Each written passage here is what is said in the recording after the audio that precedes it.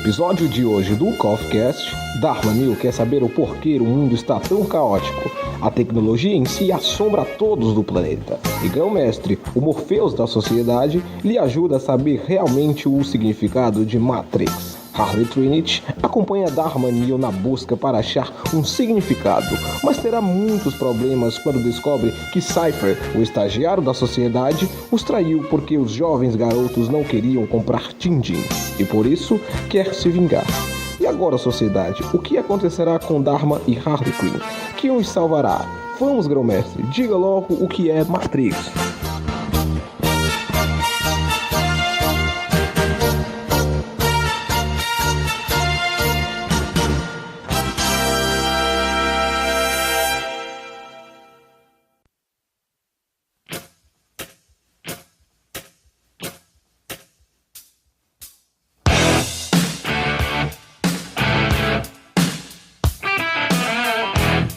E aí, galera, sejam bem-vindos para a gravação de mais uma edição do CoffCast, esse que é o melhor podcast da sociedade, trazendo hoje um time de convidados para a gente conversar um pouco sobre um dos filmes que mais mexeu com a cabeça da galera na virada do século, né?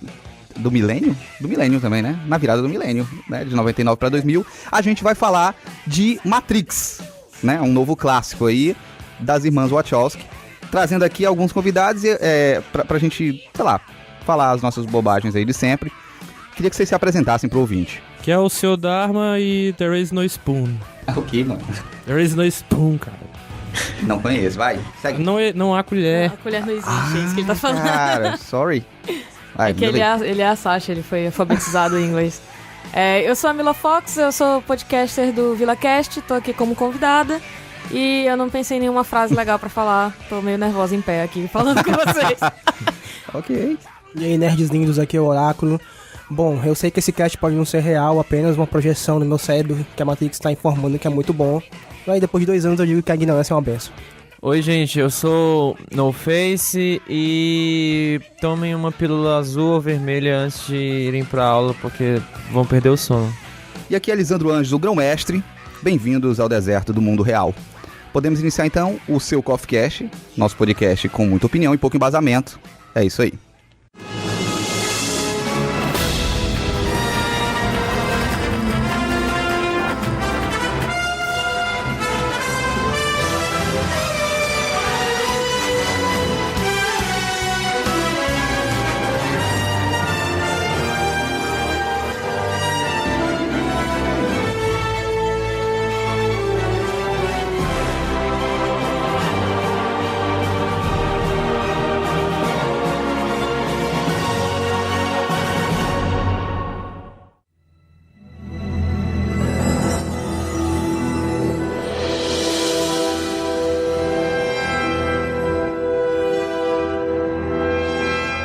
A gente pode iniciar então o primeiro bloco falando um pouco da ficha técnica do filme Matrix, né? E eu queria convidar alguma das pessoas que estão aqui a vir a esse microfone e trazer pra gente um pouquinho dessa ficha técnica, ano de lançamento, alguns detalhes sobre a direção, atores, elenco, sei lá, arrecadação, qualquer informação que vocês tenham que acho que sejam relevantes pra gente passar para o ouvinte.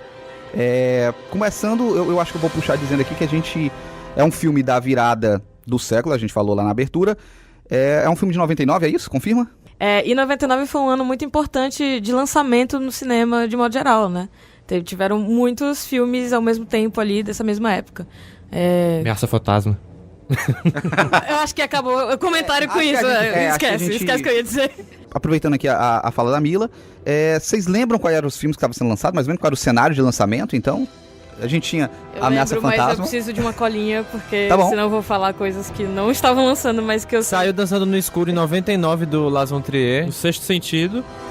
Sério? Clube da Luta foi em 99, não foi não? Você também. Que tava falando? Não lembro nem quem eu voltei na última eleição, cara. O que eu lembro dos filmes de 99? Matrix, o Sexto Sentido, esse aí qual era do Lars von Trier? Dançando no Escuro. O Ameaça Fantasma, eu sei que é ruim, mas Ameaça Fantasma. Primeiro Senhor dos Anéis, não? Não, 2001. Mas assim, são filmes que A são... Múmia, pronto. Caralho. Acabou. A Múmia, Ela é louca a gente... pelo filme da Múmia, mano. A Múmia... Clube da Luta. Mas Foi o que eu disse. Tá. Tem a Bruxa de Blair, Tudo Sobre Minha Mãe, do Almodóvar, muito bom. Toy Story 2, lindo. Toy Story 2. De Olhos Bem Fechados, o último filme do Kubrick. Beleza Americana, Magnolia, do Paul Thomas Anderson. A Espera de um Milagre, 10 Coisas que Eu Dei em Você, clássico da Sessão da Tarde. Quero Ser John Malkovich, que é um filme tão bom e filosófico quanto Matrix. Tu resgatou aqui o Quero Ser John Malkovich, Muitos cara, clássicos, realmente. muitos filmes marcantes que a gente conversa até hoje, assim. Quero ser Sim. Mila Não, Fox. não filmes... Foi uma boa safra, né? Então, a gente tem aí nesse período. E trazendo um pouco da ficha técnica, é um filme de 99, lançado nesse cenário. A gente tem aí, acho que o discurso dessa virada, se falava muito do bug do milênio, né? Lá Sim. naquela época. Mas Na verdade, era mais que falar, era um pânico geral de Era um que ia dar pânico. muito ruim. é tipo Isso meio revelar uma Matrix, né, em 2000. E eles lançaram toda uma campanha em cima de divulgação em cima desse plot, né? De você sabe o que é a Matrix, né? Eu conheço a Matrix. É uma época de menor acesso à internet, a gente não tinha, sei lá, o acompanhamento de pré-produção que a gente tem hoje, que toda hora sai um teaser, toda hora sai a notícia de escalação de elenco, e a gente acaba sabendo muito do filme antes do filme lançar. Na época do Matrix, não, ninguém sabia porra nenhuma. E o que saía na mídia era o que eles divulgavam como material de campanha. E eles lançaram muito isso, né? Você sabe o que é a Matrix e deixava essa Sim, tipo, pergunta em já- aberto para as pessoas. Mas sobre direção, quem é que tá à frente do projeto? Era o Andy e Larry, que agora são Lily e Lana, né? Wachowskis, né? Isso. As irmãs As Wachowski, irmãs né? Wachowski, que na época ainda se identificavam como irmãos. Sim, e a gente também, as irmãs Wachowski responsáveis pelo Sense8, né? Isso. E pela Viagem, que é o Cloud Atlas. Qual é Não vamos esquecer, né? alguém sabe trazer pra gente elenco da Keanu Reeves, né? O Keanu Reeves interpretando o Keanu Reeves, né? Porque Bill Ted, né? mais uma vez o Keanu Reeves interpreta Keanu Reeves. Constantine, né? É, Duras críticas, senti aqui, duras críticas. Tô aqui, leave Keanu alone, tadinho. ele já interpretava o John Wick na época ou o Neil Não, é... o sei John lá. Wick é agora. Vai, prossegue. Quem mais? Teve a Carrie Ann Moss, né? Que eu só sei o único papel dela é do filme do Matrix e agora a série da Marvel, da Netflix, lá, advogada. Defensores, né? Jessica Jones e os Defensores, né? Vale a ela. Sim. É. A Ela é Hogarth. a- Hogarth. Advogada, Hogarth. Hogarth. Tem o Lawrence Fishburne, que é o nosso querido Morpheus. Laurence Peixe Queimado. E Hugo Weaving, que esse nome é familiar, que é o Agente Smith. O Even é É o Elrond. É o Megatron, só isso. É o É a Ron. Priscila também. É o Caveira Vermelha. A Priscila, rainha do deserto. Sério, da Priscila? Sim. Não me recordava, né? Ele tem um negócio... Ele é incrível. Ele é, tipo, Sim. o personagem, assim. Ele é muito, muito vilãozão. Meu Deus, ele é muito incrível. E aproveitando que vocês estão aí nessa vibe, a gente tem então alguns nomes que a gente reconhece de peso. Keanu Reeves é um cara famoso aí. E acho que eu vou concordar com a Mila. A gente tem o Hugo Weaving, que eu acho que é um dos, assim, eu considero um dos grandes atores dessa geração. E ele tem cara de vilão, ele interpretando um vilão, né? O Smith, pra mim, é um dos vilões mais icônicos dessa nova leva que a gente tem a partir do início dos anos 2000.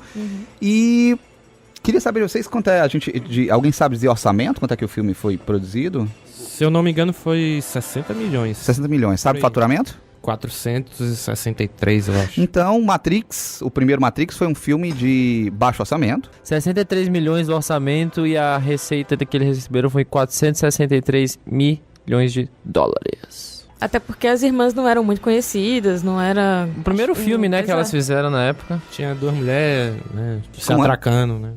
Hã? Era um filme que tinha duas mulheres e se pegavam, né? O primeiro, Matrix? Qual é o filme que você tá... Qual filme que você tá assistindo? Não, tem um filme Tá vendo Que- alguma versão? que elas fizeram, acho que foi o você primeiro tem essa filme versão aí, que Davi? tinha duas mulheres. Aí eu sei que nesse filme essas mulheres se pegam. Ah, né? isso aqui. Ok, né? Informação irrelevante aqui. Trazendo, então, 40 milhões, 41 quebradinho, 43... 63 milhões o orçamento inicial. Um filme de baixo orçamento para os padrões hollywoodianos, porém com um retorno absurdo, né? 463 milhões de retorno aí pra encher o bolso e fazer as mulheres, as irmãs Wachowski, colocarem seu nome definitivamente entre a galeria de produtores em Hollywood. Então acho que a gente pode, agora passar dessa questão da ficha técnica, queria convidar um de vocês a fazer pra gente uma breve sinopse pro ouvinte. Caso você não tenha assistido Matrix ainda, infelizmente vai ter spoilers, né? Aliás, você nem se pode considerar um filme que tem mais de 17 anos como spoiler. Se você não assistiu, é incompetência. Assim, Ouvinte, se você não ouviu, é incompetência assista sua. o filme, por favor. Independente do spoiler, né? Assim, Pause o podcast, filme, assista o filme. não. Pelo amor E de dê play no podcast. A Você não pirataria pode dizer é isso. crime, mas Alugue. alugue na se Netflix. existir uma Assista na locadora. Netflix, Tem acho na que Tem no Netflix? Tem na Netflix, assista na Netflix. tem Netflix, desculpa, né? me contrata. Eu revi por lá, né? Então, paga nós. Então eu vou convidar aqui qualquer um de vocês que se sinta corajoso a fazer uma sinopse do Matrix, focando principalmente no primeiro filme, mas sinta-se à vontade para explorar o restante do universo na sua sinopse. Então explica aí pro nosso ouvinte, para esse ouvinte desinformado, que ainda não assistiu Matrix, o que é Matrix. Não o que é a Matrix, mas do que se trata o filme Matrix. Tá, eu acho que a gente pode resumir numa única frase e aí a pessoa pode ficar interessada em assistir o filme, né? Neo, ou na verdade é um codinome que ele usa, porque ele é um hacker, mas o Thomas Anderson trabalha num... É Thomas o nome dele? É, Thomas... É. Eu só sabia Senhor Anderson, Não, só é sabia Thomas isso. Anderson. No primeiro filme fala, ele tem um trabalho entediante e aí ele descobre que tudo que ele sabe que é real, na verdade não é real. Mr. Robot. E... Pois é. Assim, resumido, isso é uma logline, né? É uma frase o que seria o filme. E aí tudo que acontece depois é um desdobramento e tal. Acho muito bacana, se você não assistiu o filme, corrija esse erro, porque estamos em 2017 e muita coisa bebeu de Matrix desde então. Não que Matrix seja um material original.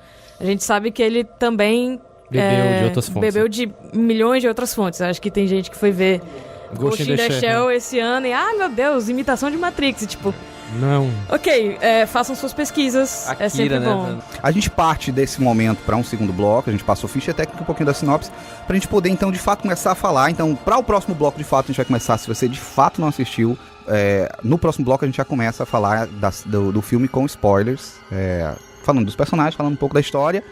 Então, para você ouvinte, se você não ouviu, quer dizer, se você não assistiu, pausa agora, vai assistir e depois se retorna pro segundo bloco. Caso você já tenha assistido, vamos prosseguir daqui falando um pouquinho mais sobre o filme, sobre sua história e sobre os personagens que estão presentes ali e por que esse filme se transformou no que ele é hoje, né? Pauta de debate até 17 anos depois, né? Se mantendo vivo na memória das pessoas. É isso. Why, Mr. Anderson? Why? Why do you persist?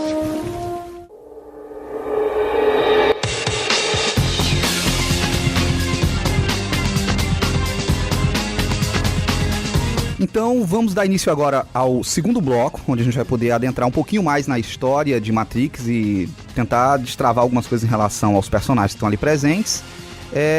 E queria começar arriscando um pouco a gente a falar sobre todo o enredo que Matrix apresenta pra gente, né? Primeiro que a gente tem, e aí vou puxar esse bonde e vocês fiquem à vontade para me cortarem e para corrigirem se alguma coisa fugir um pouquinho dos trilhos. Primeiro a gente fala de uma sociedade pós-apocalíptica, né? Esse é um dos gêneros, um dos elementos desse gênero, do Matrix, na verdade. Um gênero que tá sendo explorado em exaustão hoje, né? Não, desde sempre, né? Na verdade existem muitos filmes que trabalham com essa questão do pós-apocalíptico, né? Do cyberpunk, mas... O que eu queria dizer é uma sociedade, um clássico aqui, de máquinas versus seres humanos, as máquinas sob inteligência artificial, né? De inteligência artificial, acabam sobrepujando a humanidade, tem uma guerra aí, isso fica implícito no filme, apesar de que é um pouco mais explorado em 2 animações do Animatrix, né? Acho que são 9 animações do Animatrix? São 9, que São 9. foram lançadas no DVD, são 9. 2 delas exploram um pouco essa história Matrix, onde conta um pouquinho sobre a guerra dos humanos com as máquinas. O que a gente entende é que, numa tentativa desesperada de vencer as máquinas, os humanos destroem o Sol, né? Não destroem o Sol, mas a camada de ozônio, né? Ali fica meio que, sei lá, eles tampam o Sol, né? Para evitar que as máquinas tenham acesso à energia. Só que as máquinas dão um giro aqui e acabam escravizando os seres humanos numa espécie de sonho. Aqui de forma bem resumida, uma simulação que, para a forma mais fácil de a gente falar, seria uma espécie de sonho. Toda a humanidade está dormindo ali, numa espécie de colheita onde as máquinas utilizam como bateria, né, para retirar o calor humano, que é a energia metabólica do corpo humano. Como o Jean Baudrillard falou, né, naquela questão do livro dele, o Simulacro e Simulação. Simulacro e Simulação. É inclusive o livro que aparece no filme. Sim, né? Sim. E o esconde as coisas de hacker dele nesse livro. Então, o enredo de Matrix é isso, a humanidade está toda presa pelas máquinas que são hoje as dominantes desse mundo, porém, existe um ser humano, né, aí um paralelo com toda a questão messiânica que Matrix apresenta, que ele se liberta e ele teria a missão de libertar a humanidade dessa escravidão, desse cárcere, né? A gente tem paralelos aí com Jesus! A gente tem paralelos aí com várias mitologias que trabalham a questão do messianismo, e a gente também tem paralelos aí com a filosofia platônica, né? Principalmente o mito da caverna de Platão. E toda a trama gira em torno desse personagem, que seria o escolhido, e esse escolhido, né, vai, tentar libertar a humanidade. Eu acho que esse é o enredo que a gente tem principalmente. Mas aí eu quero convidar vocês ao seguinte, quais são os elementos dentro dessas narrativas que Matrix apresenta que vocês identificam, que seriam, por exemplo, referências? Aqui a gente citou, por exemplo, toda essa pegada do messianismo, né, toda essa questão religiosa que está presente, algumas referências filosóficas, algumas referências científicas mesmo. Então, alguns filmes que foram influência, a Mila trouxe aí o Ghost in the Shell, toda aquela cultura de cyberpunk, o livro Neuromancer, né? Exato. Mas porque toda a cultura cyberpunk veio do Neuromancer. E aí várias coisas são produzidas e vão... Blade Runner também, né? Cria disso. Né? Vão se... Sim. O Blade Runner é mais do Android Sonha com Ovelhas Elétricas, né? Mas ele também é ali na mesma seara. Tá tudo em casa. Assim. Tá tudo em casa. Então, convido vocês, vamos lá. Tragam para os nossos ouvintes quais são as referências, quais são as curiosidades que vocês têm em relação a essa composição, tanto de enredo quanto de personagem, de construção de personagens, que são baseados nesses elementos. Quais são essas referências que vocês conseguem captar, ou que vocês ouviram, que vocês acham que sejam interessantes ser trazidos aqui? Eu acho que uma das coisas que a gente consegue dizer sobre Matrix e por que ele continua perdurando, até a gente estar aqui reunido numa terça-feira para gravar um podcast sobre, é justamente essas questões que ele coloca dentro de um produto que é para entretenimento puro, entre aspas, né? Todas as questões filosóficas que ele levanta, todas as religiões em que ele se pauta, assim, não exatamente para contar uma história das religiões, mas para questionar mesmo. As irmãs Wachowski, elas têm um certo interesse pelo budismo. Eu ia dizer budaísmo. E as pessoas iam me odiar, mas na verdade é do budismo. E daí o hinduísmo também. Sim, e do hinduísmo. E elas acabaram trazendo alguns elementos dessa religião, assim como do cristianismo, como tu mesmo falou, né? Que o Neo é o Jesus e... Na verdade, é toda uma jornada de herói, porque a jornada de herói é uma aventura messiânica, sempre. E a jornada do herói, como vocês sabem, é do Monomito e tal. Acho que vocês ouvintes devem estar acostumados. Isso, do Joseph Campbell. Devem estar acostumados com esse tipo de narrativa, que é basicamente todos os filmes de Star Wars também. Herói. Não só filme, enfim, né? Todo tipo de narrativa, assim. É muito difícil, né? Fugir da jornada do herói. Mas aí a gente vem com Matrix que mistura tudo isso de um jeito muito, muito novo, né? E até o momento em que ele estreou, ele ainda não tinha tido um filme como esse, assim, que misturasse esses elementos junto com muito karatê. Sim. E armas e etc. Assim. Foda demais.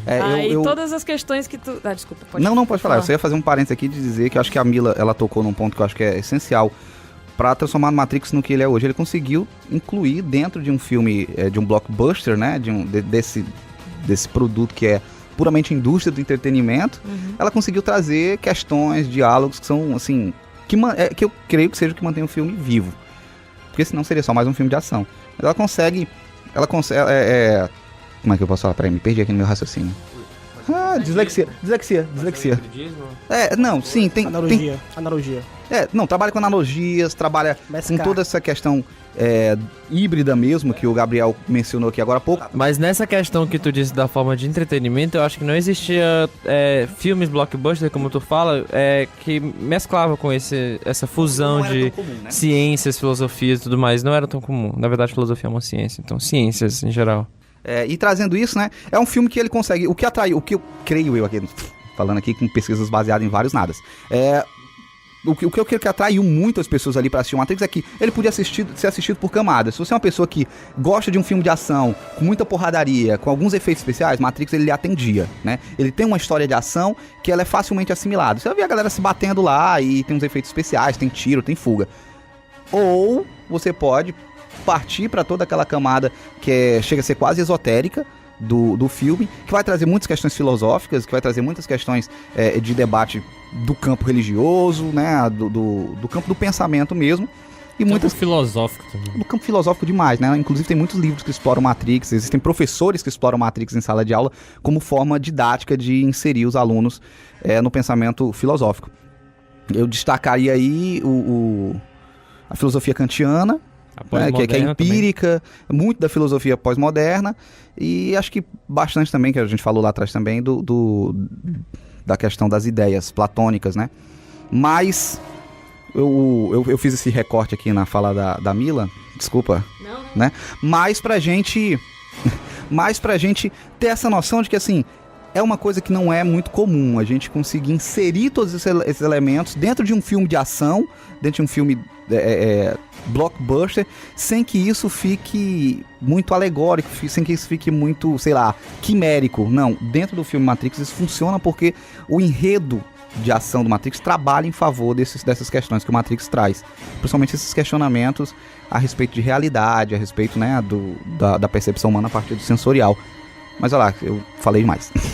Em termos de filosofia, o interessante do Matrix é que ele consegue abordar várias filosofias, né? Existencialismo, niilismo, o epicurismo e demais filosofias. Onde você encontrar um sufixo ismo, você vai poder conversar com Matrix, você poder identificar isso em Matrix.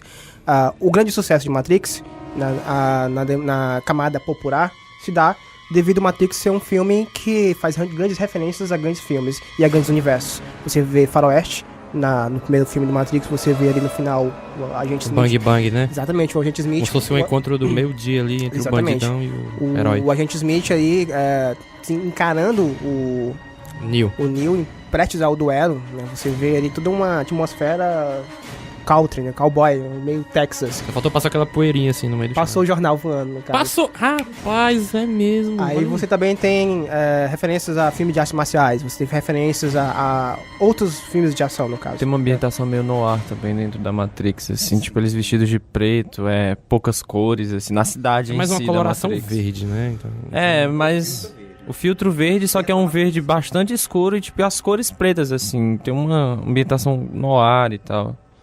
E ao que se refere simbologia, o interessante do Matrix é que ele fala com todas as pessoas. Ele fala com quem é teísta, com quem é ateísta, com quem é agnosticista, com quem é agnostista, com quem é cristão, com quem é budista, com quem é hinduísta.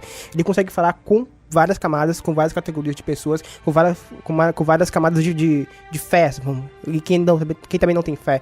Então você se identifica, né? Se você pegar um filme desse todo incorporado com essa quantidade de simbologia, essa quantidade de filosofia, essa quantidade de discussões existencialistas, tecnologia, críticas sociais e políticas, com a questão também do avanço da tecnologia, da ascensão da tecnologia, a tecnologia se tornando super valorizada pelo ser humano, você incorpora tudo isso, você faz um aglomerado e você joga na cultura pop.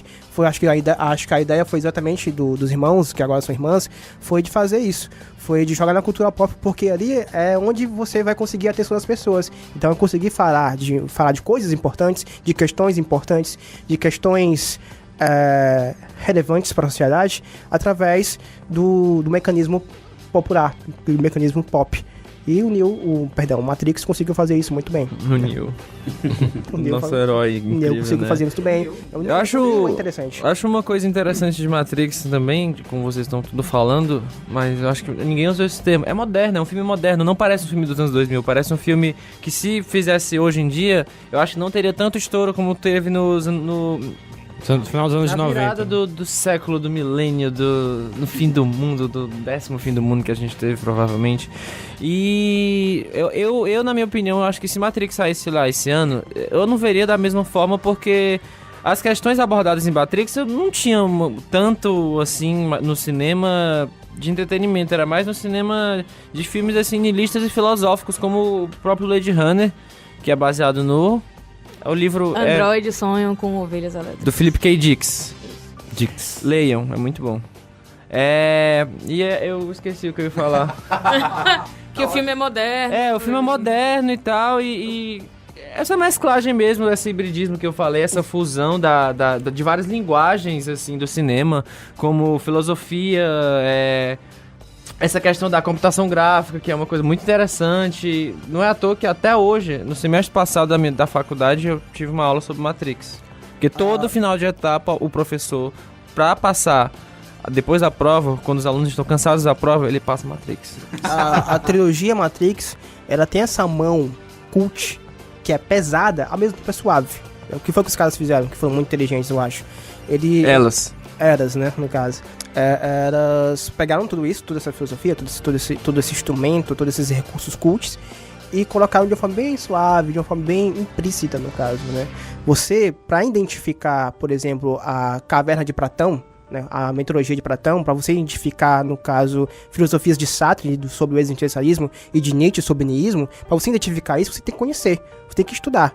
Eles não fizeram isso pro público pop abraçar e ver de algo de cara, né? Fizeram para as pessoas se questionarem e começarem a pensar, eu assisti Matrix na segunda e na terceira vez e eu vi que tem uma coisa diferente ali. Eu vi que tem uma pegada diferente. Eu vi que não tem só tiroteio. Eu vi que não tem só artes marciais. Eu vi que tem outras referências a filosofias e coisas que eu tô aprendendo. Uma obra que ajuda você, até como introdução a algumas questões, né? Às vezes a pessoa nunca parou pra pensar e Matrix é uma porta de entrada. Eu queria só adicionar o que tu tá falando, assim. Eu acho que o mais interessante é justamente trazer os questionamentos mais do que as referências. E eu acho que é isso que Matrix faz muito bem, assim, não é um filme que você fica, agora ele está citando o fulano de tal, olha só essa referência, não sei o quê. Não é só pra quem estudou e pra quem entendeu, assim, pra quem já entende essas coisas. Eu acho que o mais legal é que ela faz, o filme faz você pensar as coisas, pensar essas questões que essas questões, essas filosofias trazem. Eu vou até repetir a frase pra ficar melhor na edição, mas o melhor que o filme faz é que ele faz você questionar, assim, ele te dá o resultado do que essas coisas que você teria se tivesse estudado no filme. Eu ia chegar a esse ponto, Fox. Eu só queria... Porque, no caso, as questões que o filme levanta são reflexões filosóficas. Então você não precisa estudar filosofia pra você, no caso, questionar a sua realidade, por exemplo. O filme coloca bem explícito nessa a questão do que é real e do que não é real, né? No caso, depois do filme, você se pergunta, será que Matrix é possível? Não, é uma pergunta interessante. Inclusive, o Elon Musk, recentemente, deu uma declaração, né, dizendo que muito provavelmente nós vivemos numa simulação, né? Isso, 25% de chance. Né? Ele traz essa coisa. Foi uma entrevista que ele deu. Enfim, whatever. Existem cientistas variados que defendem, realmente acreditando, defendendo. O Douglas Adams no Guia do Mochileiro das Galáxias. Exato. E o que o Matrix, não acho tão difícil. E o que o Morfeu coloca no primeiro filme, quando ele tá ensinando o Neo a andar, a voltar a andar, no caso, né? Na Matrix, no simulador, onde está ensinando a reagir em relação aos agentes, ele coloca essa questão. O Matrix é um sistema e esse sistema a gente vai lutar contra ele, a gente vai salvar as pessoas e quem a gente não salvar, no caso, é um agente. Ele está falando do sistema político. Então, não necessariamente, obrigatoriamente, a gente precisa estar com o nosso cérebro plugado. É uma analogia, né? Exatamente. Ali dentro do universo ficcional, ele está falando literalmente do sistema Matrix. Mas, assim, quando a gente faz essa leitura em camadas, né, quando a gente trabalha semioticamente o filme, a gente consegue identificar, por exemplo, que ele está falando talvez de um sistema de governo, né, ou de um sistema econômico. Tem um momento que o próprio Morfeu, conversando com o Neo naqueles tutoriais, porque é um jogo, né? A Matrix tem tutoriais, né? Então, naquele momento de tutorial, ele chega pro Neo e diz assim, olha, todo mundo que está dentro da Matrix é um agente do sistema. Todos eles são nossos inimigos. Até que eles sejam libertos, eles vão lutar para defender o sistema deles.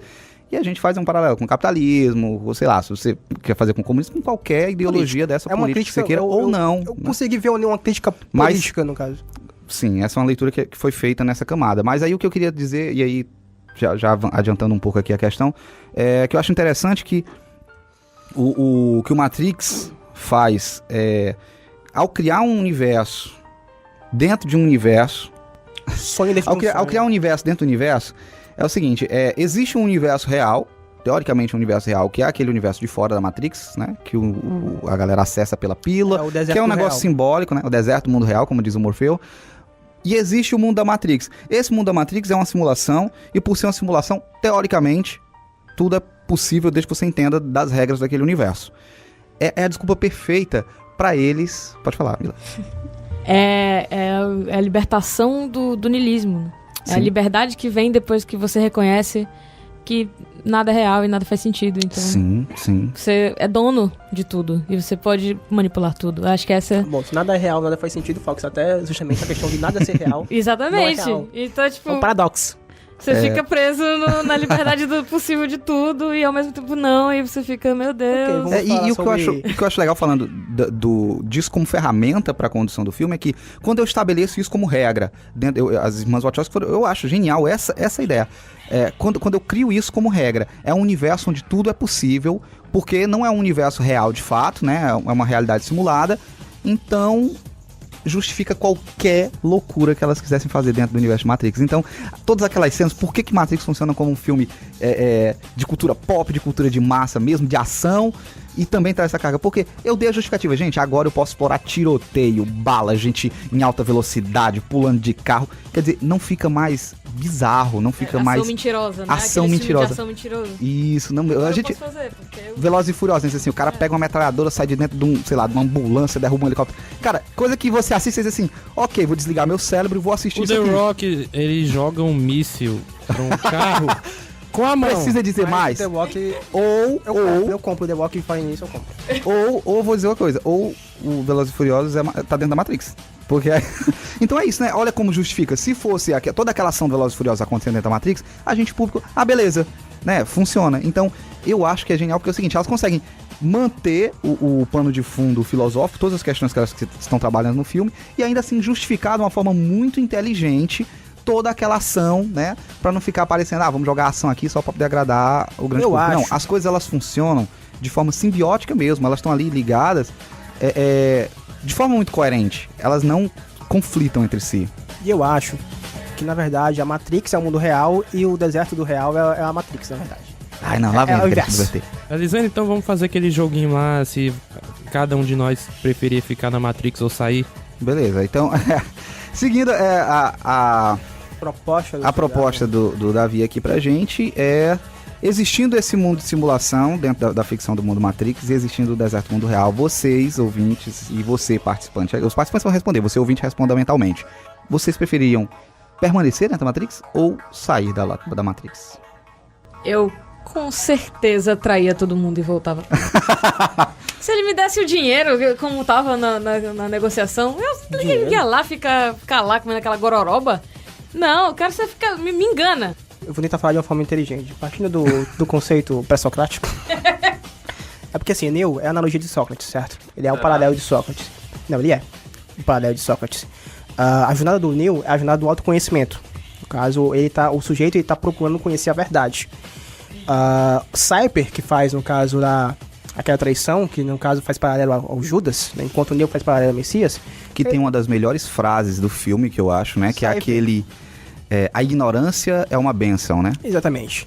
Quando o Cypher fala isso em relação à ignorância é uma bênção, ele tá falando da questão ele tá falando do pressuposto de que o mundo real, ele só vale a pena, no caso, aliás, uma realidade só vale a pena se houver prazer, se houver o ganho, se houver o utilitarismo, que no caso, o prazer seria, o hedonismo seria a doutrina do utilitarismo, né? A busca do prazer contínuo, intenso, e no caso, que não seria uma gnose, no caso, a busca desse prazer, no caso, dependente se existe realidade ou não.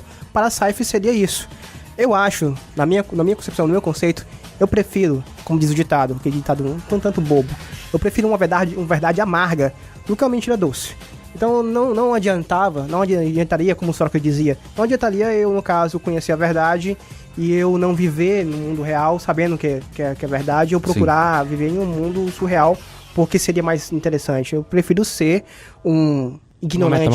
Prefiro ser um ignorante feliz do que prefiro ser alguém que conhece a verdade feliz do que um ignorante.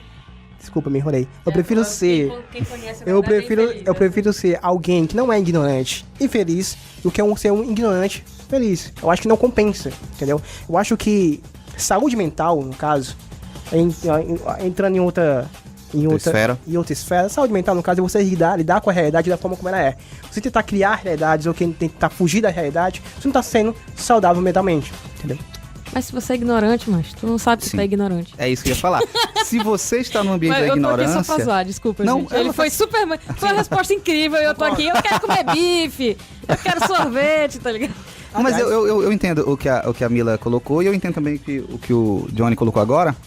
Mas é justamente isso. A partir do momento, e questionando essa resposta mesmo, a partir do momento que você ignora que existe uma realidade, né? Como é o caso do Cypher, Ele não quer voltar pra Matrix ciente que existe a Matrix. Ele quer que apague aquela porra da mente Ele dele. mesmo fala pra apagar, né? A memória. Eu quero voltar como um astro de rock, né? Ele quer pegar todo mundo, comer tudo que é de bom, andar de iate e tomar banho de champanhe, né? É isso que ele quer. Pode ser um astro de cinema, não Pode ser um astro de cinema, é o que ele diz. Então, assim, quando ele diz a ignorância é uma bênção, é isso, cara. Você não saber, você não vai ter a infelicidade de, eu sei qual é a realidade.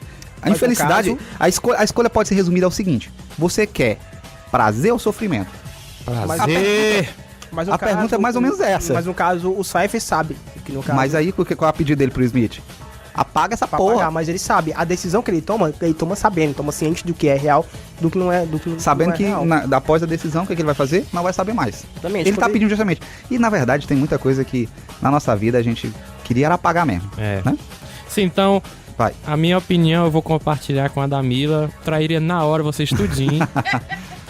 Por qualquer coisa, mano. Principalmente comida, dinheiro. complicado, cara. É, Você dane-se, mano. matar a Trinity, cara, não sei, é covardia. Não, mas tem 1 milhão de trintes na hora que eu for o agente Smith apagar minha memória, mas É por ele isso vai que eu jogar uns 100 trintes pra mim lá. Ele fala com vários ismos, incluindo o egoísmo. No caso. Vamos lá, Gabe. Você. Depende, porque eu tava tendo um questionamento comigo Se mesmo tomar as aqui. duas pílulas, o que acontece? Você fica fritando, né? Deixa o cara responder. Também. A Matrix é pra você entrar na Matrix é um cabozinho, né? Que entra no cérebro. E teoricamente a gente controla, se eu não me engano, eu acho que é 1% do nosso cérebro. E Isso no... é mito. Mito. É 10%, Morgan Freeman disse. Pronto, 10%. Morgan Freeman falou, então tá certo. 10% do nosso cérebro. E de acordo com esses mitos aí e tudo mais, essas questões de Matrix também são mitos, né? Não é à toa que estudam mitos gregos. Se a gente controlasse mais do nosso cérebro, a gente podia fazer coisas, tipo, impossíveis de fazer. Tipo, eu podia explodir o Davi agora se eu Transformar num quisesse. pendrive no final das contas. É, eu né? podia explodir o Davi agora se quiser só fazer assim, ó, pá. Aí ele explodiu agora. Pau, faz um num barulho de pendrive. bomba na edição, assim, bum. No momento que ele entra na Matrix, o Neo se vê como... Eu posso fazer o que quiser, entendeu? E eu acho que nesse momento ele se liberta do cérebro, ele se liberta dessa prisão que o cérebro dele tem em questão de liberdade. Se liberta da liberdade. Olha que pleonasmo. E eu acho... Eu não sei, eu fico na dúvida, porque... Ao mesmo tempo que ele se liberta, ele ainda fica preso dentro da Matrix, né? Porque você não pode sair da Matrix no momento Cara, que tu você vai quiser, comer se não uma me engano. gororoba, macho, pro resto da tua vida, macho. E ainda tem os sentinelas indo atrás de você. Mas eu prefiro uma realidade do que uma ilusão Eu ou prefiro comer uma agora porque realidade tem um alternativa. cabo enfiado no meu rabo pra inteligência artificial. Eu prefiro. Eu fico na dúvida, mas eu acho que eu preferi a realidade porque é nu e cru, né? Mas o que é real? A Matrix não é real. Mas pode ser que o mundo real deles ainda seja uma Matrix. Eu vou complicar ainda mais a questão, né? A partir do momento que você faz a pergunta, você preferiria viver na Matrix, teoricamente uma ilusão, ou estar no mundo real? Eu amplio a questão e vou trazer a questão que é a questão raiz da Matrix, né? Do filme Matrix, o que é real? Aí, justificando a resposta da vida da Mila, justificando também a resposta do Jonathan e do Gabriel. Eu acho que a grande questão não tem uma resposta certa, tem uma resposta que é mais agradável pra você. Porque é o seguinte, a gente só percebe o mundo real, e aí isso é até kantiano, né? A gente só percebe o mundo real, a gente experimenta o mundo real a partir dos nossos sentidos. O que é a realidade pra gente? É uma série de reações químicas e elétricas do nosso cérebro. Se as máquinas estão estimulando o seu cérebro e produzindo esses estímulos sensoriais, qual é a diferença disso pra realidade? Você sente gosto, você enxerga, tudo, né, que você vivencia como realidade é hoje uma simulação. A gente não toca a mesa de verdade, a gente sente a reação, né, sensorial dos nossos... Como é que é, meu Deus? Tem um nome daquelas células, né? Não são neurônios, aquelas... Tronco. Não, do nosso sistema nervoso, né? As nossas células nervosas vão carregar um impulso pelo nosso corpo que vai ser interpretado pelo nosso cérebro como quente ou frio, como sólido, né? Como líquido. Então, tudo que a gente percebe do mundo, também, né? todo mundo que está ao nosso redor, já é uma simulação. Já é um processamento, né? Já é processamento. E tudo é um computador, no fim das contas, então... No final das contas, nós já estamos numa simulação. Então, quando alguém me pergunta, você prefere ir pro mundo real? A pergunta pra mim, ela é resumida ao seguinte: você quer sofrer feito um cachorro, comer mal, né? Se fuder muito, ou você quer, sei lá, ter a mínima possibilidade de uma vida agradável? Porque no final das contas a escolha acaba sendo essa, né? Por que eu iria escolher, tipo, o sofrimento se eu vou estar, de fato, num outro tipo de simulação? Mas eu só ia escolher se eu pudesse hackear o sistema. Se a gente pudesse ser que nem o Neo, né?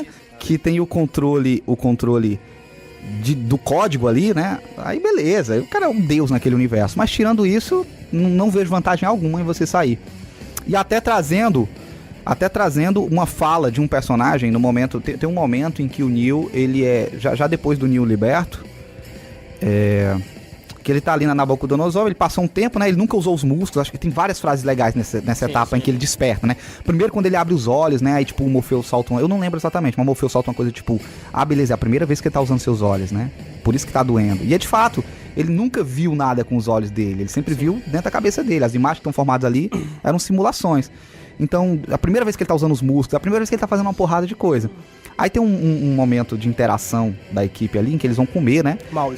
E o Mouse vai soltar uma frase que eu acho que é incrível. Aí joga uma gororoba pra ele numa lata de sardinha, né? Tipo uma lata de sardinha. E ele pergunta o que é isso aqui. Aí um malucão lá responde que é um caldo nutritivo de aminoácidos e não sei o quê. Aminoácidos de uma única célula, nutrientes necessários para algum ser humano sobreviver. É essa fala aí que ele traz. Aí ele diz assim... Beleza, isso aí é tudo que seu corpo precisa pra você sobreviver. Aí acho que o Mouse solta uma que é tipo assim... tudo que o homem precisa pra sobreviver, que um ser humano precisa pra sobreviver. Não, mas não é nem nesse ponto que eu quero entrar. Ele fala que... Vai deixar eu falar? Fica à vontade. O que eu tô dizendo é... Chega um momento em que ele diz assim... Eu gosto de pensar que isso aqui é mingau de aveia. Né? Que ele tá comendo aquela gororoba. Eu gosto de pensar que isso aqui é mingau de aveia. Aí a outra... A que se veste de branco lá, que eu não sei... Até a Switch. Não sei porque ela se veste de branco. Todo mundo de preto e de branco. Aí ela diz assim... Mas você nunca provou mingau de aveia, né? Isso não é mingau de aveia. Aí ele diz assim, como é que as máquinas sabem o gosto de mingau de aveia? Se elas nunca sentiram. Máquinas não têm paladar, elas não têm cérebro. Então, elas botam, nunca provaram. Como é que elas vão simular na minha cabeça o gosto de mingau de aveia? Ele diz assim, então, elas podem muito bem saber. O que eu posso na Matrix entender como mingau de aveia pode ser frango. É o que ele diz. E é justamente por aí. Como ninguém nunca teve uma experiência real, todas as experiências da Matrix...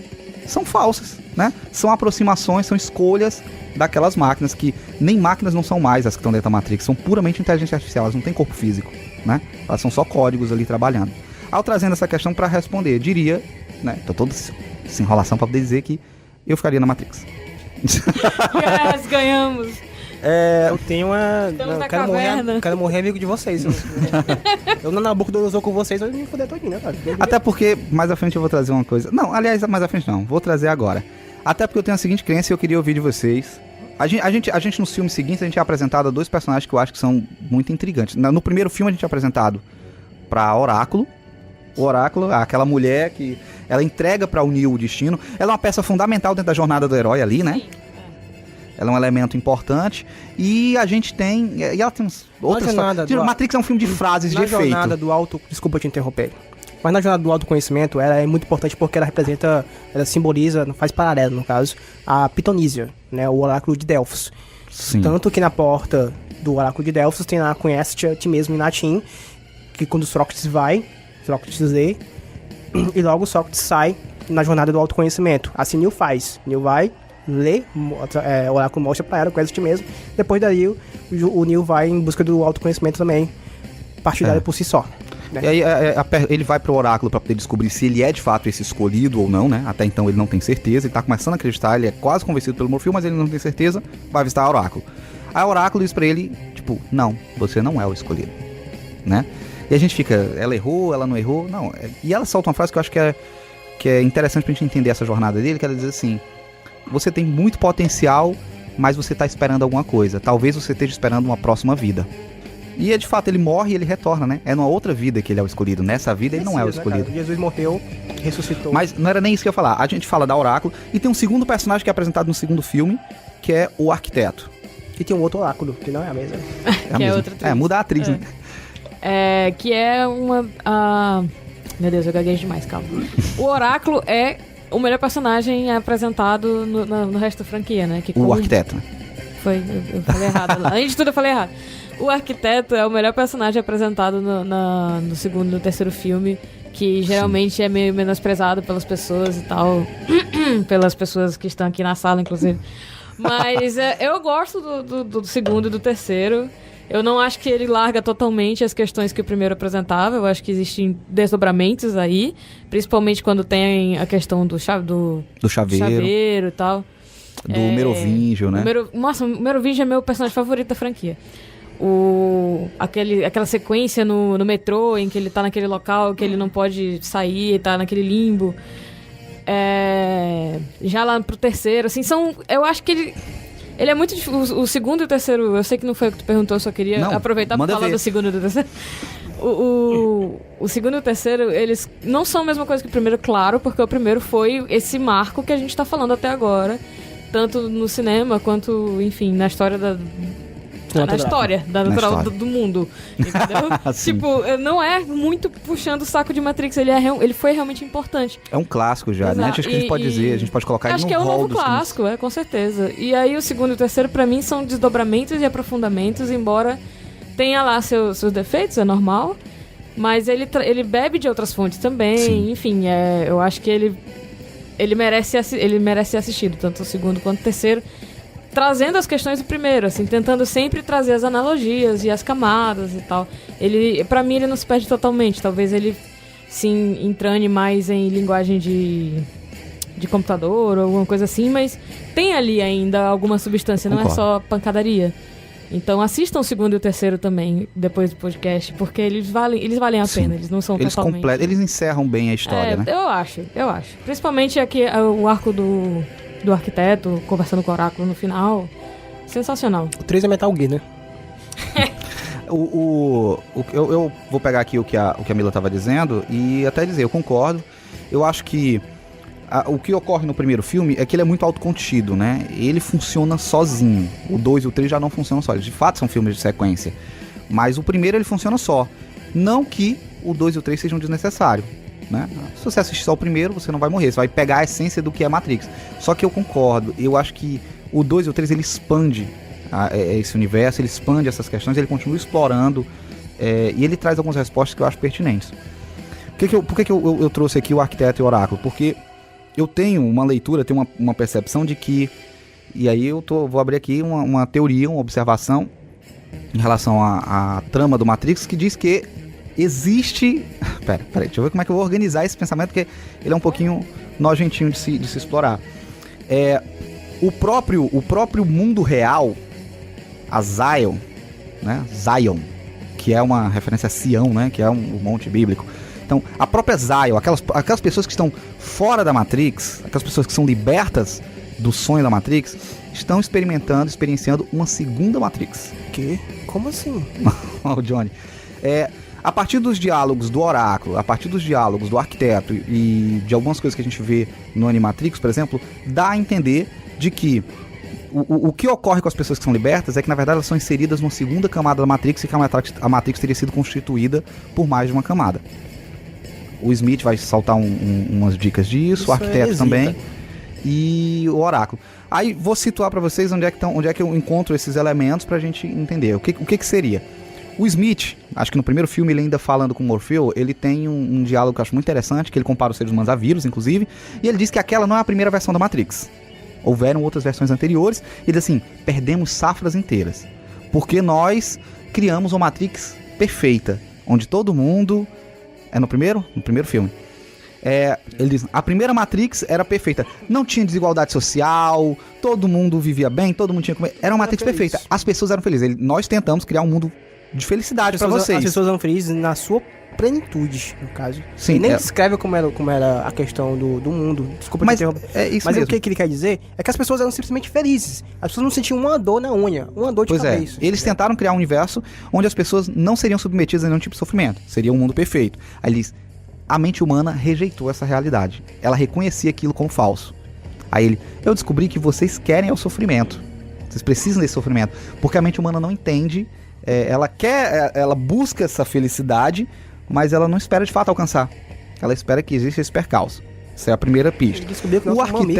O arquiteto, ele tem um diálogo com o Neo, não sei se no segundo ou no terceiro filme. Quando o Neo chega na sala, tem várias telas atrás, mostrando várias reações do Neo, né? Aí ele diz assim, essa sua versão que chegou aqui, né? Eu tô curioso pra ver, porque tiveram outras anteriores, quer dizer, o Neo já chegou lá antes.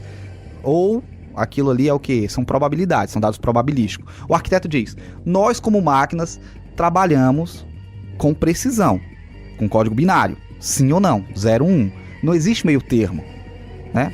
O arquiteto é de exatas, a máquina é de exatas. Nossa, Não tem meio termo. Como uma máquina que trabalha com números exatos, com números redondos, entende nuances. Ela não entende nuances. Uma coisa é perfeita ou não é perfeita. Aí ele diz assim, nós tivemos dificuldade de criar uma Matrix porque as máquinas trabalham, né? A gente criou um mundo perfeito, vocês reagiram. Foi aí que a gente criou um programa que ele chama de... Ele não criou uma Meu parte, Deus, né? Devia ter criado uma parte, né? É tipo psicólogo, é tipo um programa psíquico. Eles assim, esse programa que foi criado para tentar decodificar a mente humana. Esse programa seria o oráculo. Então qual é o papel do oráculo dentro da Matrix? Decodificar a mente humana, transformar a mente humana numa equação que possa se encaixar na Matrix. A Matrix vai ser construída uma Matrix a partir da mente humana. Aí o que é oráculo também, aí que ele deixa entender, a oráculo conseguiu essa tradução tipo em 99,9%. Porque a mente humana sempre vai ter aquele coeficiente de improbabilidade, né, de imprevisibilidade, de aleatoriedade. A mente humana precisa dessa aleatoriedade. A máquina não trabalha com aleatoriedade, ela trabalha com probabilidade.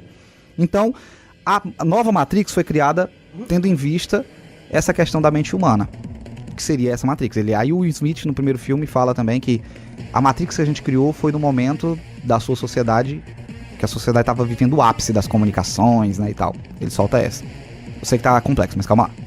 O que eu ia dizer é que, tendo em vista isso, o que a Oráculo solta também, junto com o arquiteto, é que nessa Matrix, ela foi construída com um código que tem 99,9% de eficiência. Só que existe ainda 0,01% de erro.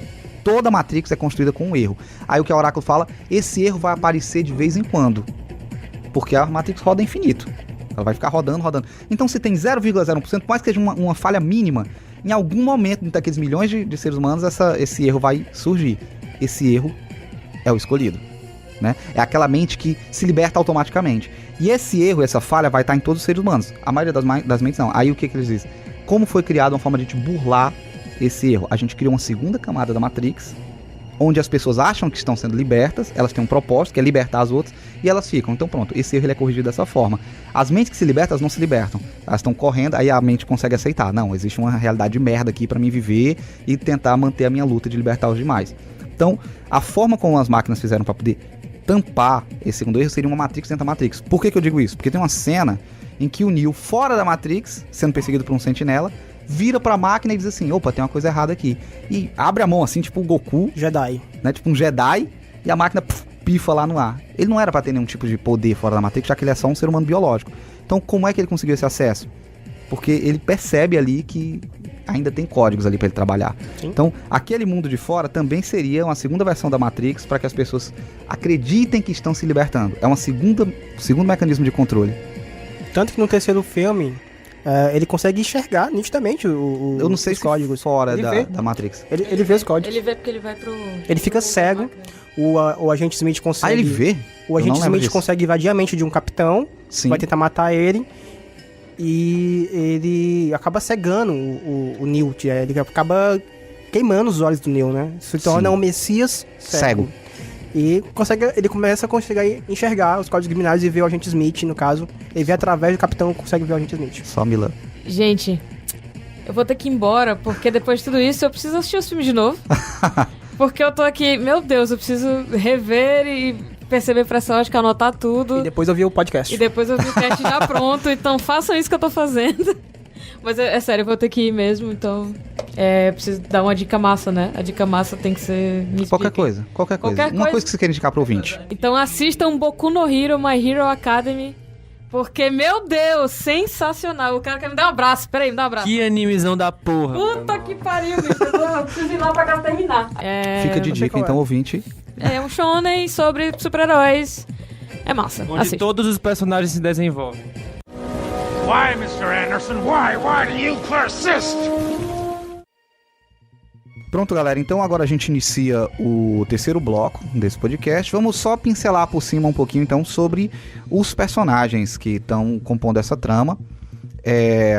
Acho que a gente pode começar falando aí. Acho que dos 4 personagens principais que a gente vai ter, que é o Neo, o Morfeu, a Trinity e o Agente Smith, né? Então, por favor, trago vocês aí ao microfone para poder falar sobre esses personagens. A gente pode começar pelo Neil, né? Que o próprio nome do Neil, a Mila falou pra gente. One. É o Thomas Anderson. Sr. Anderson. O Neil é o escolhido, tá? Nós somos 4 aqui, cada um fala de um, né? Pode ser assim? Então, vamos começar eu falando sobre o Neil. O nome do Neil é um anagrama para The One, né? Ou The Chosen One, o escolhido, né? O Xbox One. Não é Neil de novo, né? É Neo. N-E-O, Neo. Xbox One. Ele tem toda essa premissa, ele é a epítome do que é a jornada do herói, ele tem toda essa premissa do Messias, do cara que ele vem para a Matrix para salvar. No bloco anterior, eu trouxe toda aquela minha teoria de que ele representa essa falha da Matrix, né? Ele seria mais um dos sistemas de dominação da Matrix. Uma máquina? Não sei se ele seria uma máquina. Ele pode ser sim um dos programas da Matrix para poder corrigir a própria Matrix. Mas aí pra mim fica em aberto. De fato, o Neo ele é esse resumo das falhas da Matrix numa pessoa só. Tanto é que ele tem todos esses poderes dentro da Matrix, né? Ele tem todo esse absurdo. Porque ele em si é um bug, né? Ele é uma falha naquele sistema da Matrix. Então, é um personagem que eu acho extremamente interessante porque toda a jornada do Neo é pautada por aquela discussão do destino versus escolha. Né? Você está destinado a ser o escolhido, mas você tem livre-arbítrio. A própria Oráculo fala com ele isso algumas vezes. A maioria das pessoas fica naquela roupagem do super-herói, quase o Superman, né? Do Neo, lutador de karatê, voa, altera a realidade. Mas ele é um personagem que ele é muito mais denso, principalmente nesse sentido de que a toda hora, apesar de ele... E isso é clássico na jornada do herói, mas é legal que isso possa ser pautado aqui também, que ele é um personagem que, por mais que ele seja de fato esse escolhido, é por se negar a ser esse escolhido que ele se torna. Ele não acredita que ele ele não acredita que seja capaz, mas por duvidar é que em dado momento ele diz assim, quer saber, olha, eu não sou o escolhido, mas eu vou lá salvar o Morfeu. Ah, se eu tiver que morrer no caminho, eu vou morrer no caminho. E é justamente esse descrédito. Isso é socratiano. Né? Que faz com que ele... Sim, isso é socratiano, é tudo que sei é que nada sei. Segue nessa linha de... eu não sou, mas assim, eu vou abraçar o que eu não sou e vamos lá, vamos fazer o nosso melhor. Entender a sua ignorância, né? A sua pequenez. A sua pequenez, né? Você entender qual é o seu papel dentro disso tudo. Então, o Neo, ele é esse resumo. É um personagem que... eu acho que o Keanu Reeves, ele fez bem, entregou, ele deu uma Keanu Reevada, né, aqui. Mas eu acho que dentre os papéis que o Keanu Reeves interpretou, é um dos melhores. Então, o Neo é esse personagem. Talvez o melhor, não sei. Tem muito trabalho dele aí que eu não vi. Mais rico, talvez. John Wick é muito foda. John Wick é péssimo, cara. Não para nada. Péssimo. John Wick é o quê? Você quer comparar John Wick com Matrix? John Wick é um cara dando tiro, atirando, fazendo... Ele é muito foda. O cara que mais 50 anos tá fazendo aquele filme lá. Não, macho, é mais um Stallone da vida, mais um brucutu. Tem nada de novo ali. Muito nada foda, de novo. Muito foda. Eu discordo. John Wick é um filme bom de ação. Um filme bom de ação. De ação. Pois é. A atuação do Keanu Reeves no John Wick é uma atuação...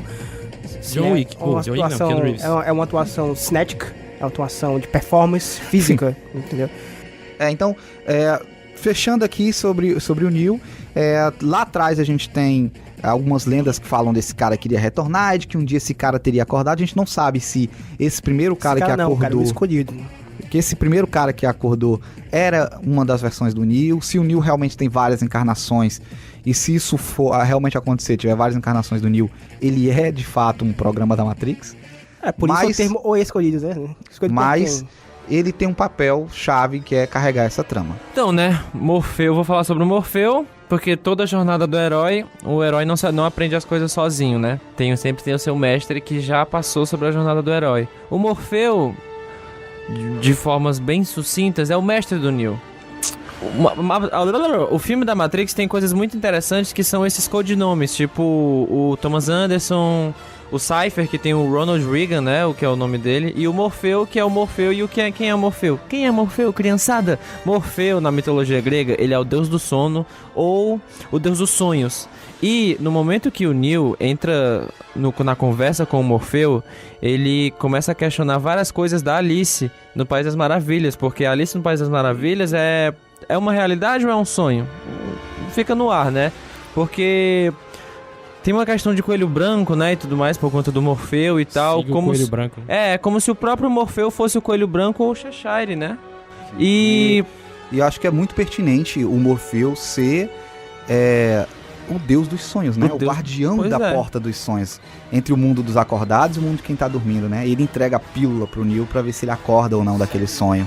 E aí, nessa O questão do Neo, o Neo ele não aceita muito essas coisas, né? E você vê na evolução dos filmes, dos 3 filmes, não só do primeiro. Só pra dizer que eu Ele não não acho os aceita 3 nada, ruins. inclusive as regras da Matrix. Exatamente. Ele não quebra aceita todas. absolutamente nada. Mas aí você vê que o Neo tá chegando na jornada do herói pra se tornar o título herói. Ele é o herói que finalmente conseguiu. Quando você vê ele fazendo os movimentos assim de câmera lenta, que mostra que ele já tem o poder, que ele já aplicou os ensinamentos do Morfeu a ele. As questões quando ele começa a voar, o negócio de tiro, quando ele começa a deixar de ser ignorante e aceitar mais que, tipo, ele realmente tá destinado a fazer aquilo ali. E eu acho que naquele momento ali é uma quebra de personagem do Neo em termos de desenvolvimento, assim. E eu acho que se não fosse pelo Morfeu, o Neo não seria nada, cara. Porque o Morfeu que dá os primeiros ensinamentos ao Neo sobre o que é Matrix, o que é realidade, o que é sonho e tudo mais. Ele traz literalmente um sonho, assim, pro Neo, assim. Um sonho não, Ele leva o Neo no mundo de sonhos, né? Porque querendo ou não, a Matrix pode ser uma realidade, mas pode ser um mundo de sonhos. Porque... Exatamente, pra ficar nesse negócio de entrando e saindo. E não é à toa que o plug na Matrix, quando você entra, você apaga. Então pode ser a mesma coisa como você entrasse numa realidade ou estivesse sonhando. Os nossos sonhos podem ser outras realidades também. Pá, só isso. Esse é o Morfeu. Então eu vou falar aqui da Trinity, que a mulher mais badass do filme da franquia do Matrix. Que o nome dela significa Trindade, justamente para fazer aquela ponte do Morfeu, Deus dos Sonhos, e Neo o escolhido, como se fosse Pai, Filho e Espírito Santo, né? Sim, Pai, Filho e Espírito Santo. A Trinity é essa personagem, né? Trindade. Eu só vim saber disso também há pouco tempo. Meu Deus. Eu ia dizer... Não tinha pra prestar eu ia atenção. dizer- Pensei que era tipo nome de hacker. Codinome de CS. Tem uma entidade no hinduísmo que também funciona como uma trindade, assim como no cristianismo, né? Então, Batman, Não- Mulher Maravilha e Superman. não chegaram e bateram, disseram, a Trinity representa o cristianismo, representa o hinduísmo. Não, Sim. mas mescla com os dois. Ela brinca com esse negócio de trindade do divino mesmo, né? Exatamente. E o papel é interessante que ela representa essa mulher forte mesmo. E eu acho que a Trinity, em vários momentos, ela é dona de algumas das melhores cenas do Matrix. Pena que nos filmes seguintes ela é reduzida a par romântico. Eu acho legal aquela cena de abertura com ela, assim, parando no ar e girando. Eu acho que é uma das coisas mais interessantes do Matrix. Mostrem como ela é poderosa mentalmente, né? Sim. Ela consegue manipular aquela realidade. Engraçado, parar o tempo, desviar de bala, toda aquela realidade é manipulada por quem conhece o código. Eles são hackers, né? Sim. Próximo personagem, Agente Smith é um vírus. ele começa como um vírus? Eu acho que ele é muito mais Não, complexo, mas pra tu definir. Ok, ele é um programa da Matrix. E no caso, ele foge do programa. Ele é um Ele firewall. começa a hackear outros programas. Né? A partir do momento que um programa, ou até mesmo uma pessoa, ele entende que as regras podem ser quebradas, ou ele passa a pensar de forma diferente, passa a pensar de forma independente, é isso que o Smith faz. O Smith, ele passa a pensar por si próprio. Né? Ele abusa da Matrix, ele abusa, no caso, não é questão de abusar, de questão de repudiar. Ele repudia, ele mesmo diz. É a questão da existência dele na Matrix. Ele quer sair daquela Matrix, ele sabe que não é real, ele quer sair dali. Ele não gosta dos humanos, ele acha os seres humanos seres pequenininhos. Um câncer. Eu acho Câncer. interessante a gente pontuar aqui uma coisa, porque o Smith, ele inicia a sua jornada como um firewall, como um programa a serviço da Matrix, tem o papel de corrigir os bugs da Matrix. Ele é o Avast da Matrix. Baidu. Ele é o Avast, ele tá ali pra corrigir o que é vírus, né? Pra perseguir o que tá errado na Matrix. Só que aí, de repente, o vírus da Matrix, que é o bug, que é quem? É o Neo, entra dentro dele, se apropria do corpo dele e estoura o código dele. E ele volta. Quando ele volta, ele já volta corrompido. É como se o vírus tivesse afetado o próprio Avast. De repente, agora, ele tem aquele espírito do Neo de libertação. Como diria O código falho da Matrix reconstruiu o código do já diria Smith. Morfeu, né? O destino aparentemente não existe sem uma certa ironia. Sim. E basicamente esse é o Agente Smith. Lembrando que a teoria, né? Pelo que se diz, pelo que se pressupõe, é que o Smith ele existe com a mesma finalidade e necessidade que ser o oposto do Neo. O Neo. Enquanto o Neo é o fator humano que é necessário para ser feito o upload e a reiniciação da Matrix, o Agente Smith existe com a finalidade ali também de ser aquele que se opõe em relação a ele, que se aqui ser um fator necessário. Reconstruir a Matrix Faz é a sua parte própria das imagem também, né? probabilidades, faz parte das probabilidades. Então, esses são os principais personagens. Se você, ouvinte, ainda não assistiu Matrix, fica de dica pra você, assista, preste atenção nessas discussões que a gente tá trazendo. Vai muito além disso que a gente falou, na verdade, a gente gravaria horas sobre Matrix e não encerraria os assuntos que Matrix são capazes de comportar. Mas a gente vai encerrar por aqui e fica aqui em abertura, que talvez um dia a gente possa retornar esse tema para discutir outras coisas a partir de Matrix. Então a gente encerra aqui pra dica massa, pra você ouvinte, então, fazer o seu deverzinho de casa. Davi, qual é a sua dica pro ouvinte? Minha dica massa é pra secar de vocês também, porque eu sei que vocês vão querer falar sobre esse filme. Anime, na verdade, né? Que é o Ghost in the Shell. Que é uma das principais fontes que Matrix bebeu. E é demais. É um bom filme, assim. Assim, falando do filme anime, né? Do anime. O filme live action com a Scarlett Johansson. Tem gente que não gostou. Muito bom, né, cara? Tem gente que gostou. Eu achei legal. Gostei. Achei legal. E dá pra acompanhar. Eu não vou contar nada, porque eu não quero contar spoilers. Mas assistam lá Ghost in the Shell. Ela é um robô. Sim, ela é um robô. Mas é mais do que isso. Qual a sua dica, Oráculo? A minha dica, cara, eu tava pensando em dizer a origem. Mas bora de Show de Truman, que eu acho mais legal. Sim, acho mais, outra simulação. Acho né? mais pertinente. Né? O Show de Truman é a história de um rapaz chamado Truman, que é o protagonista, e no caso ele nasce dentro de uma realidade. De um reality show, né? Reality show. Ele é protagonista de um reality show e só ele não sabe. Né? O Show de Truman funciona como se fosse uma Matrix. Sim. E no caso brinca muito com a caverna de Platão. Eu acho que o princípio é o mesmo. Acho que foi muito inteligente essa dica, porque ele nasce ali dentro e todo mundo ao redor dele finge que é um mundo real, Que tá e só tudo quem não bem. sabe é ele, né? Ele começa a ver sombras, né, entre aspas, sombras do que seria o mundo real, né, que aquilo ali, no caso, é fictício, e ele começa a buscar o autoconhecimento, saber realmente o que é. Autoconhecimento é isso, né? A busca de saber a questão da sua existência, o existencialismo. Então, essa a minha dica. Show de Truman tá na Netflix, assista, é muito bom. Com Jim Carrey. Com Jim Carrey, Dos melhores- uma atuação boa do Jim Um dos Carrey. melhores filmes do Jim Carrey, né? E exato. Gabe, Também qual acho. sua dica? Assistam Big Mouth, que é a nova animação da Netflix, que é muito fofinho, que eu acho que todo mundo vai se identificar. Não é Matrix, é pra desopilar, né? Que é sobre a puberdade. Sobre as pessoas, é sobre questões de puberdade, tanto da mulher quanto do homem. E mostram as duas visões, é muito interessante, é muito bonito. E é isso. Eu não terminei ainda, mas tá bem legal. Tem no Netflix, só tem uma temporadinha, 10 episódios. O Netflix 20 tá minutos pagando a cada gente. episódio. E os meninos citaram a Origem, acho que a Origem é uma boa dica, mas eu vou de Animatrix. A gente falou das coisas, dos filmes, eu acho que fica de dica pra você. Ouvinte, é uma coisa que nem todo mundo assistiu. Os 9 episódios do Animatrix, que eles expandem toda a mitologia do universo Matrix. São 9 episódios curtinhos, você consegue assistir rapidinho. O roteiro é das irmãs também. O roteiro é delas. E assim, explora vários tipos de animação. Esteticamente é muito bonito, visualmente é muito bonito.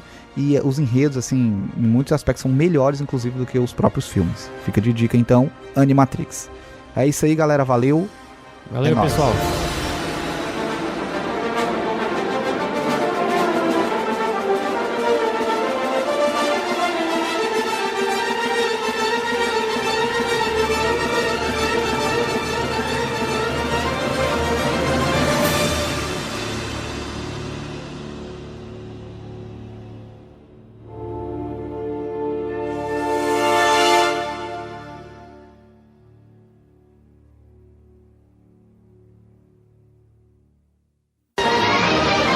Isso é tudo, pessoal.